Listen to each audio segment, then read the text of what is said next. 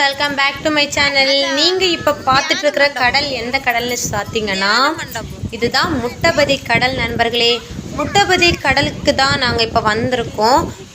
செவ்வாய்க்கிழமை கிழமை டைம் எல்லாம் வந்தீங்கன்னா பயங்கர கூட்டமாக இருக்கும். நாங்களும் சரி செவ்வாய்க்கிழமையாக போனால் பெரிய அளவு கூட்டம் இருக்காது, நம்ம ஃப்ரீயாக சாமி கும்பிட்டுட்டு நிதானமாக இருந்துட்டு வரலாம் அப்படின்னு சொல்லிட்டு தான் வந்தோம். இங்கே வந்து பார்த்தா தான் தெரியுது, ஞாயிற்றுக்கிழமை மட்டும்தான் கூட்டம் இருக்கும் போல இருக்குது. செவ்வாய்க்கிழமை கூட்டமே இல்லை, அறவே கூட்டம் இல்லை நண்பர்களே. நாங்கள் மட்டும்தான் கோயிலுக்கு வந்திருக்கோம் அப்படின்னு நினச்சிட்டு சரி வந்ததுக்கு சாமியை கும்பிட்டுட்டு போயிடலான்னு சொல்லிட்டு கடற்கரையோரம் இருக்கிற கோயிலில் சாமி கும்பிட்டுட்டு கொஞ்சம் நேரம் கடலில் நின்று காற்று வாங்கிட்டு இருக்கிற டைம் தான் இன்னொரு வண்டியில் ஆட்கள் வந்து இறங்குனாங்க. அப்பாடா, எங்களுக்கு துணையாக இன்னொரு வண்டி வந்திருக்குன்னு சந்தோஷப்பட்டோம். இந்த முட்டபதி கடலில் இருந்து பார்த்தாலே கன்னியாகுமரியை லைட்டாக இங்கேருந்து பார்க்கலாம் நண்பர்களே. திருவள்ளுவர் சிலையெல்லாம் குட்டியோண்டு தெரியும், பார்க்குறப்போ உங்களுக்கு தெரியுதா இல்லையான்னு தெரியல.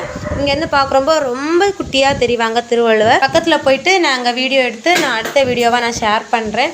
ஃபஸ்ட்டு முட்டபதி வந்துட்டு அதுக்கப்புறமா கன்னியாகுமரி போகலாம் அப்படின்னு சொல்லிட்டு தான் நாங்கள் கிளம்பி வந்தோம். நினச்ச மாதிரியே முட்டபதி வந்து திருப்தியாக சாமி கும்பிட்டுட்டு இனிமேல் பார்த்திங்கன்னா கன்னியாகுமரிக்கு போகிறோம். கன்னியாகுமரியில் போய் என்னென்ன பிளேஸ் எல்லாம் இருக்குது அப்படிங்கிறத தொடர்ந்து ஷேர் பண்ணுறேன்.